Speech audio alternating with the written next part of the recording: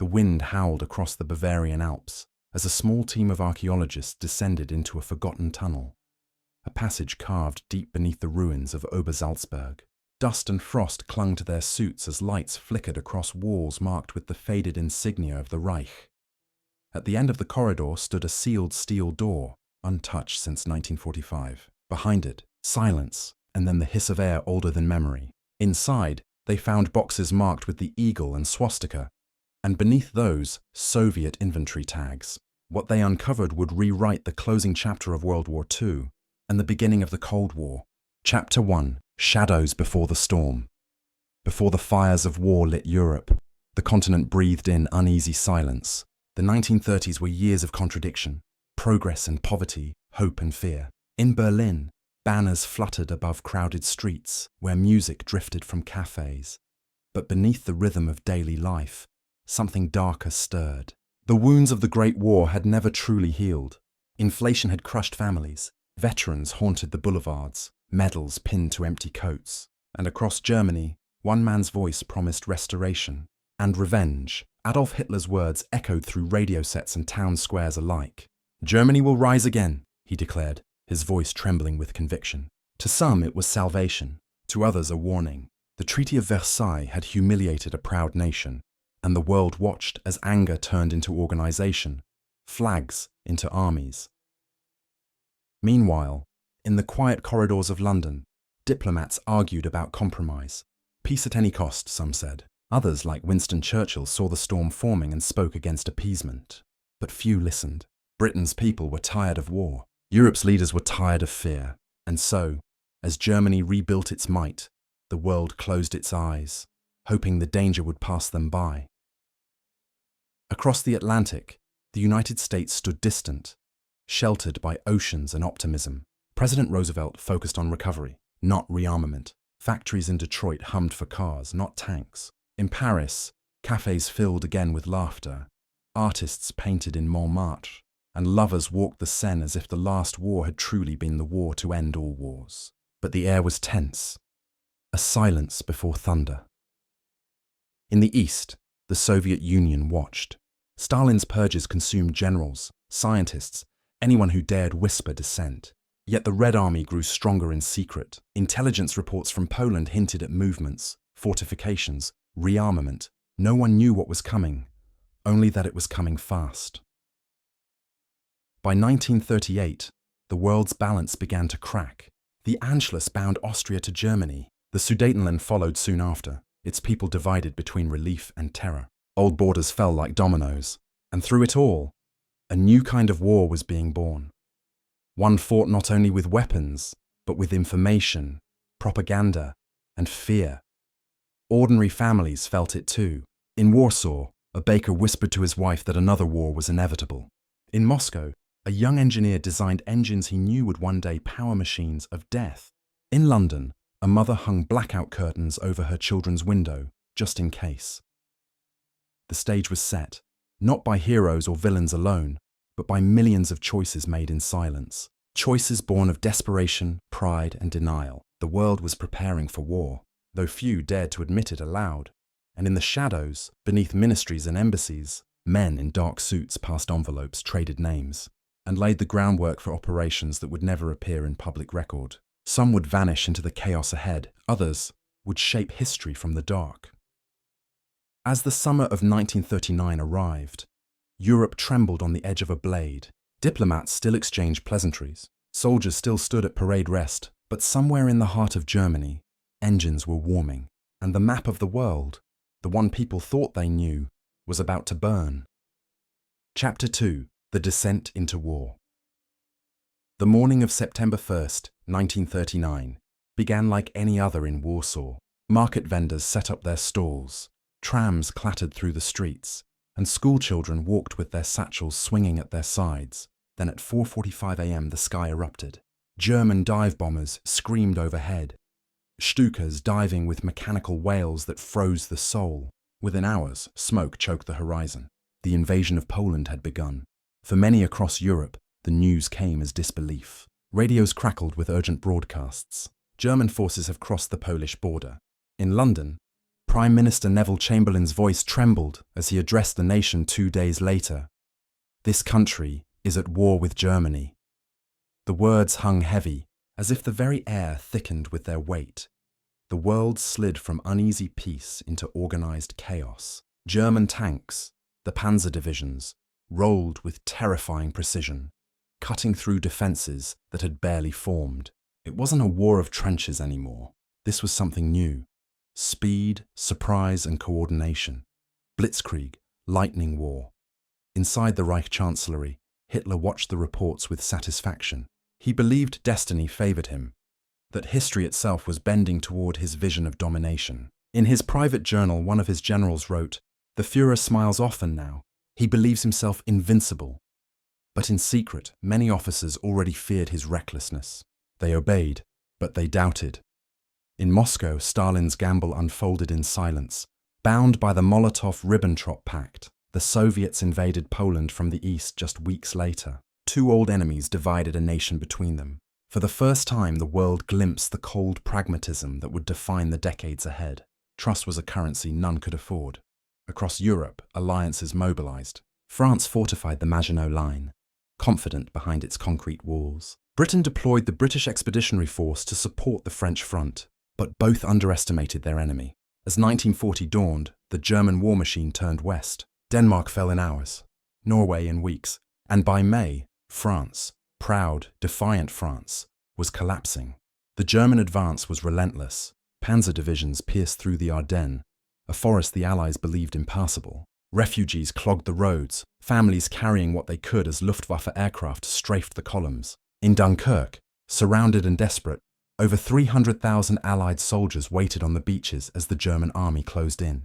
Yet fate and the weather intervened. Operation Dynamo began. Small fishing boats, yachts, and merchant vessels crossed the English Channel under fire to rescue the trapped men. It was chaos. It was courage. It was survival.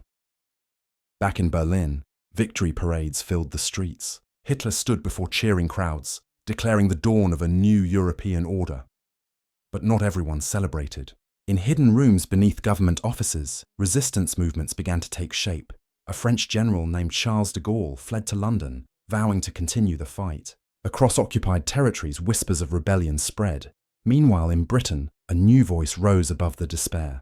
Winston Churchill, now Prime Minister, faced the nation with words that would define resilience. "We shall fight on the beaches. We shall never surrender." His speeches were not just politics. They were survival. Each phrase steadied a nation under siege. By the summer of 1940, the war moved to the skies.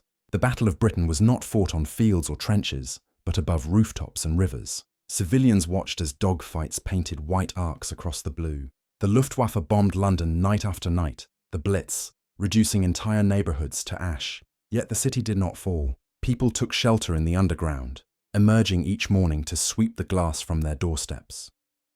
In the east, Stalin watched uneasily. He knew the pact with Hitler was temporary, a means to buy time. Soviet intelligence intercepted whispers of Operation Barbarossa, though few dared to speak its name aloud. Still, factories in the Urals began producing tanks, aircraft, and weapons under conditions of secrecy and fear. Across the Atlantic, the United States stood at a crossroads. Roosevelt knew isolation was no longer safety. "We must be the arsenal of democracy," he said, and so American industry began to awaken. Ships were built, aircraft rolled off assembly lines, and supplies began crossing the ocean, first as aid, then as lifelines. The world was now divided, not merely by borders, but by ideology. Fascism against democracy, tyranny against freedom. Millions of ordinary men and women were caught between those forces, swept into a storm far greater than themselves. As 1941 approached, the stage was set for an even darker chapter. The Axis powers stood triumphant across Europe. The Allies struggled to regroup, and in the silence of winter, deep within the forests of Eastern Europe, German engineers began building something new. Fortified complexes, underground facilities, and secret laboratories that no one outside the Reich would ever see. Those who worked there didn't know what they were building.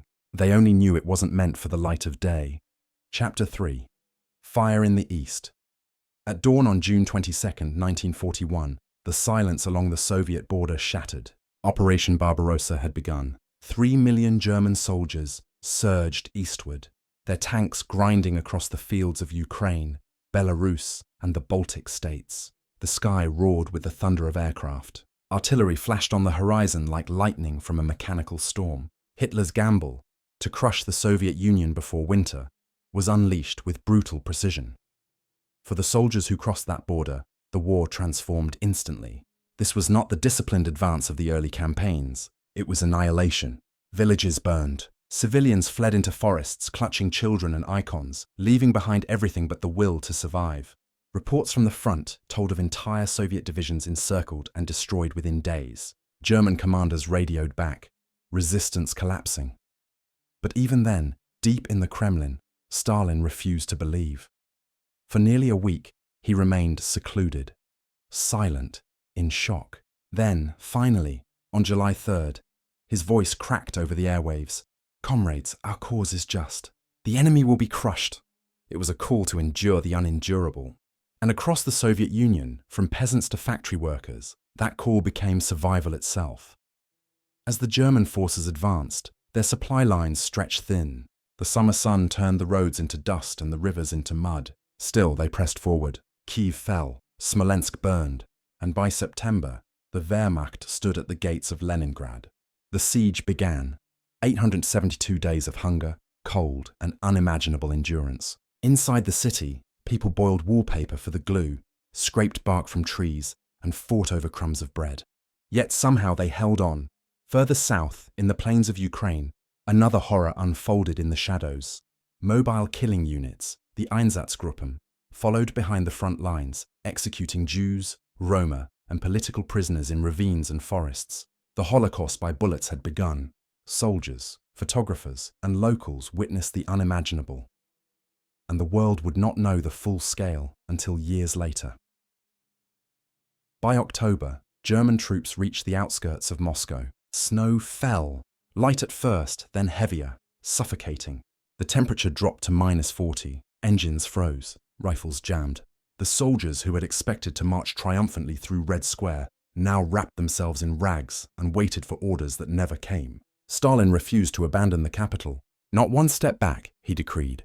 And when the Siberian divisions arrived, fresh, trained, and hardened by even worse winters, the tide turned.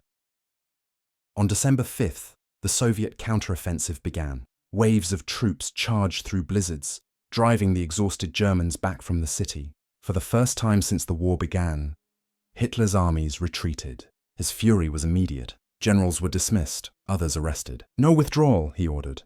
Victory or death. It was the beginning of his downfall, but millions would die before it ended. Far to the south, in the deserts of North Africa, another front raged. Rommel's Afrika Korps battled the British across the sands, a campaign of speed and deception, where victory shifted with every mile of terrain. And in the skies over Europe, RAF and Luftwaffe pilots clashed nightly, dueling amid fire and cloud. Then came December 7th, 1941. Pearl Harbor. Japan's surprise attack drew the United States into the war. Overnight, a conflict that had consumed Europe became global. Roosevelt's words echoed through Congress, a date which will live in infamy. Within days, Germany declared war on America. The world was now fully engulfed. Factories from Detroit to Leningrad roared to life. Women took over the assembly lines, welding aircraft, riveting ships, and producing ammunition. Rosie the Riveter became a symbol, not of propaganda, but of power. The war was no longer fought only by armies. It was fought by nations, by everyone. In occupied Europe, resistance movements gathered strength. The French Maquis sabotaged train lines, smuggled Allied pilots, and passed intelligence to London. In Poland, underground presses printed banned newspapers, while radio operators risked death to broadcast messages to the Allies. Every act of defiance carried a death sentence, but still, they fought. Meanwhile, inside Germany, the war machine consumed everything. Scientists were pulled into secret programs, rocketry, chemical weapons, and experimental propulsion. Buried beneath the mountains of Thuringia and Bavaria, vast underground factories took shape. Slave laborers from concentration camps worked until they collapsed, building machines that would later define the Cold War. As 1942 bled into 1943, the Eastern Front reached its breaking point, Stalingrad, a city on the Volga River, symbolic and strategic. Hitler ordered it taken at all costs. Stalin ordered it held at all costs. What followed was one of the bloodiest battles in human history. The city became a graveyard of brick and bone. Streets turned to rubble. Entire buildings became fortresses. Soviet snipers hunted German officers through shattered windows. "Not a step back," the order repeated like a heartbeat through the ruins. By winter's end, the Sixth Army was surrounded. Half-starved, frostbitten, and out of ammunition, they surrendered. It was the first time the world saw the Reich falter. The myth of invincibility was broken. But as the front lines shifted, another battle was taking place. One hidden from the headlines. Allied intelligence intercepted fragments of German communications. Codenames like Morgenrot and Sever 12 hinted at secret research sites, technological projects buried deep beneath the Reich. No one knew what they were building or for whom, but those discoveries would not surface until decades later, sealed in steel, waiting to be found. Chapter 4: Ashes and Silence. By 1944, the tide had turned, but at a terrible cost. From the forests of Belarus to the beaches of Normandy, the war had consumed everything. Cities were nothing but bones of concrete and ash. The skies over Europe were never quiet.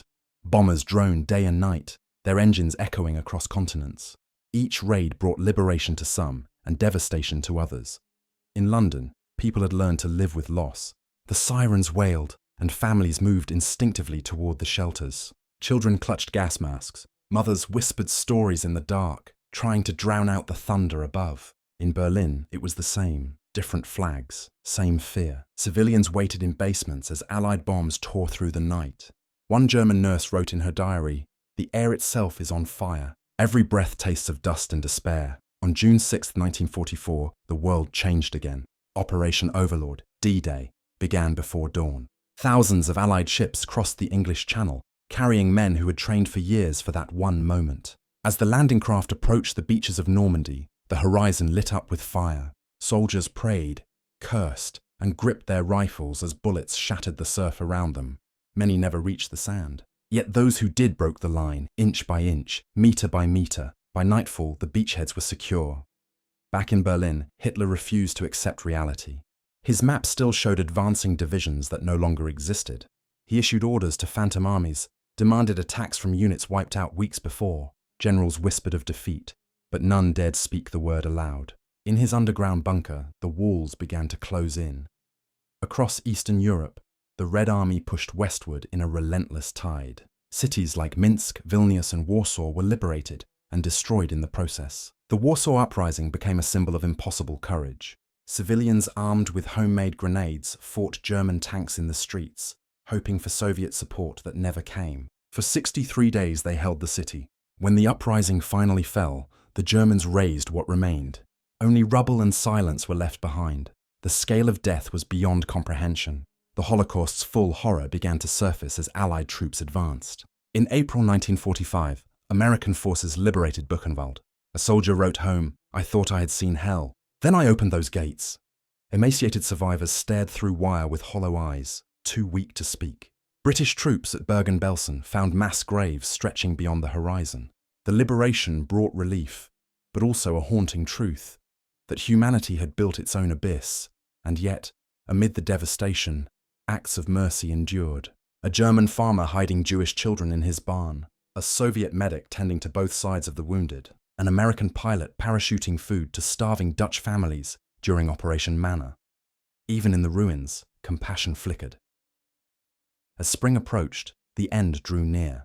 On April 30th, 1945, Adolf Hitler took his own life in the Führerbunker beneath Berlin. Outside, Soviet troops advanced through streets reduced to dust. 2 days later, the Reichstag fell. A red flag was raised over its shattered dome.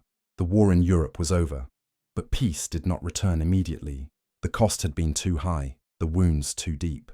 Over 70 million lives were gone. Entire nations displaced. Families torn apart across borders that no longer existed. And as Europe tried to rebuild, the victors began to look at each other not as allies, but as rivals.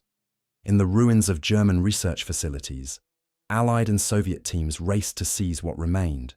Blueprints, prototypes, scientists, Operation Paperclip brought German engineers to America in secrecy. Others vanished into Soviet custody. Files marked top secret replaced the swastika with new emblems. The laboratories of the Third Reich became the seedbeds of the Cold War. A British intelligence officer described it years later. "We buried the war in archives, not graves. What we couldn't destroy, we classified." Europe entered an uneasy calm. Cities rebuilt. Children played where tanks once stood. Yet beneath the foundations, the past still lingered. Tunnels, bunkers, and vaults sealed by governments unwilling to face what was inside. In Thuringia, one such bunker was sealed so thoroughly that even the locals forgot it existed. The official records listed the site as destroyed. For decades, no one questioned it. But 78 years later, when a construction crew drilled into the mountain by accident, they uncovered steel and the first trace of Project Morgenrot.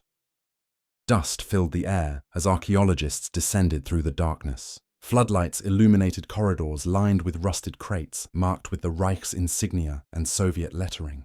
A forgotten chapter of history lay frozen beneath the earth. No one spoke at first. They simply stared, because the symbols on those crates didn't belong together.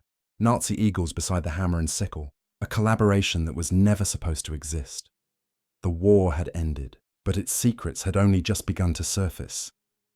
Chapter 5. Echoes Beneath the Earth. When the bunker door in Thuringia finally opened, the air that rushed out smelled of oil, rust, and time itself. The research team stood in silence as their flashlights swept across rows of machinery, frozen mid-construction. Each crate bore stamped serials, A12, Morgenrot, Eisenflamme, all unknown to historians.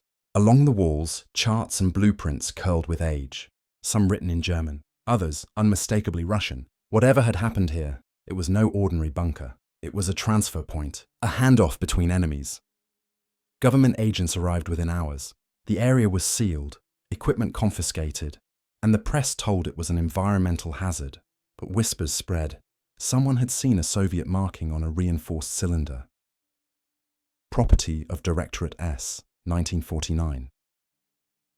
That date was 4 years after the war's end, 4 years after Germany had supposedly fallen silent.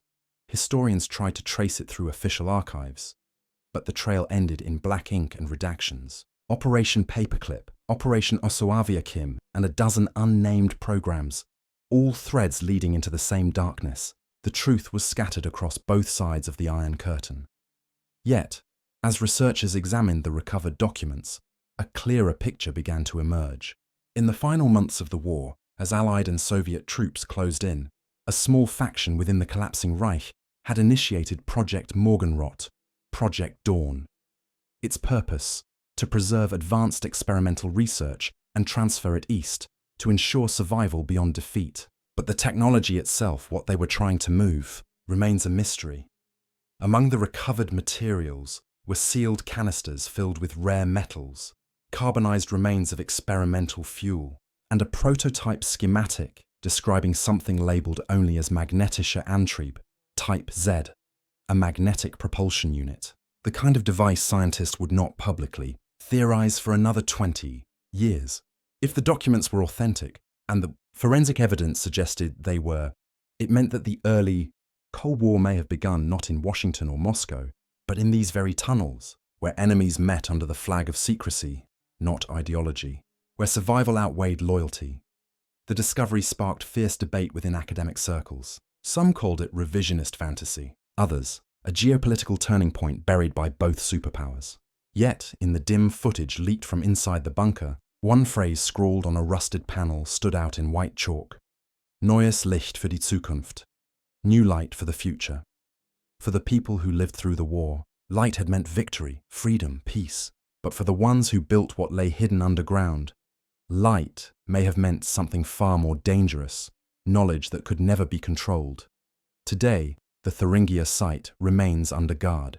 Access restricted, ownership disputed. Officially, it's a containment zone.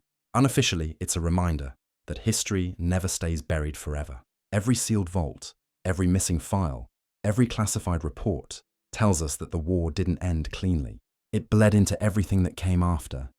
The Cold War, with all its paranoia and power, was built on what the victors could salvage, and on what they could hide. For decades, the world's greatest secrets weren't about the weapons already fired, but the ones still on paper, locked away behind concrete and silence.